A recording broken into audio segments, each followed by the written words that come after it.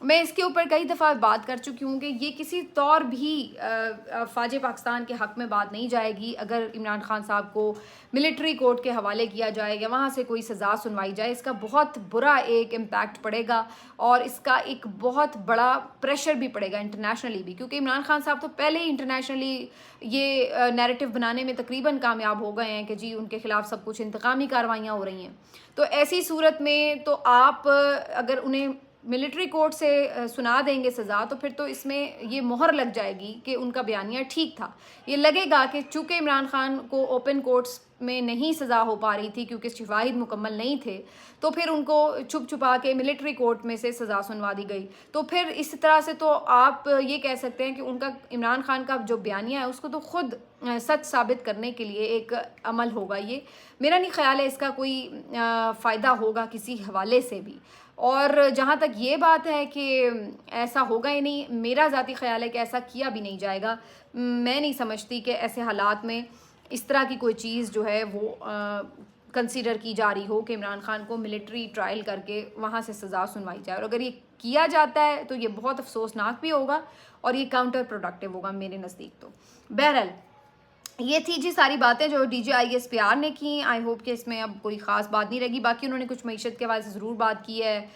کہ جب تک انتظامی ڈھانچہ ٹھیک نہیں ہوگا معیشت کیسے ٹھیک ہوگی, یہ سب باتیں. تو اس پہ پھر سب وہی بات پرانی یاد کر رہے ہیں کہ بھائی جب رجیم چینج ہوا تھا تو پھر اس وقت کیوں یہ بات کی گئی تھی کہ دیکھیے جی اسٹاک ایکسچینج اوپر چلی گئی اور یہ استحکام آ گیا یا یوں ہو گیا. تو پھر یہ بات وہی ہے اگین کہ جب بار بار گورنمنٹس ادھر ادھر ہوتی ہیں تو پھر اس سے ایک عدم استحکام آتا ہے, استحکام نہیں آ سکتا. تو بہرحال یہ ساری جو آج کی پریس کانفرنس تھی اس تناظر میں تھی. کافی سارے امپورٹنٹ معاملات کے اوپر کچھ ڈھکے چھپے میسیجز جو میں نے آپ کو بتائے. ایک تو جو محسوس ہوتا ہے کہ کہیں نہ کہیں کچھ کنسیڈریشن ہے. اب وہ جو ڈنڈے والا معاملہ تھا اس کی بجائے کچھ سوچ بچار کی جا رہی ہے کہ کسی اور طریقے سے بھی معاملے کو حل کیا جائے. اور دوسری چیز جو یہ کہ جو جنرل باجوہ ہیں ان کے خلاف کارروائی نہیں ہو رہی. تیسری چیز یہ کہ جنرل فیض جو ہیں ان کے خلاف کارروائی ہو رہی ہے, تو ان کو ابھی دیکھنا ہوگا کہ کس طریقے سے کارروائی کو آگے بڑھایا جاتا ہے. یہ تھا جی لوب لباب. اب آ جاتے ہیں ایک اور اہم خبر کی طرف. وہ سندھ ہائی کورٹ سے آئی ہے جہاں پر کراچی یونیورسٹی سنڈیکیٹ کا جو حکم تھا, جو ان کا ایک نوٹیفیکیشن تھا, اس کو معطل کر دیا گیا ہے. اور جسٹس طارق محمود جہانگیری صاحب کی جو ڈگری جعلی قرار دینے کی ایک انہوں نے کارروائی کا آغاز کیا تھا اس کو فی الحال روک دیا ہے. اور اس میں بڑے اہم انہوں نے آرڈر میں ریمارکس بھی لکھے ہیں اور یہ کہا ہے کہ جناب بظاہر ایسا لگ رہا ہے کہ یہ بدنیتی پر مبنی کارروائی ہے اور انہوں نے اس کو یہیں پہ دبا دیا ہے. اب ماتم کا سما ہے ظاہر ہے ان کیمپس میں جو جسٹس صاحب کی ڈگری کو جو ہے وہ جعلی ثابت کرنے کے اوپر تلے ہوئے تھے. اور میں نے اس وقت ہی آپ کو کہا تھا کہ یہ معاملہ یہاں رکے گا نہیں, خاص طور پر جو پروفیسر ریاض نے آ کے ایک پورا معاملہ ہنڈیائی بیچ چوراہے میں پھوڑ دی تھی, تو اس کے بعد تو کوئی شک نہیں رہ جاتا کہ یہ کس طریقے سے کارروائی چلائی جا رہی تھی. تو بہرحال یہ چیلنج ہونا ہی تھی اور یہ اچھی بات ہے کہ سندھ ہائی کورٹ نے بڑا اس پہ دبنگ قسم کا فوری ایکشن لیا ہے اور کوئی اس پہ لمبا چوڑا کام نہیں کیا.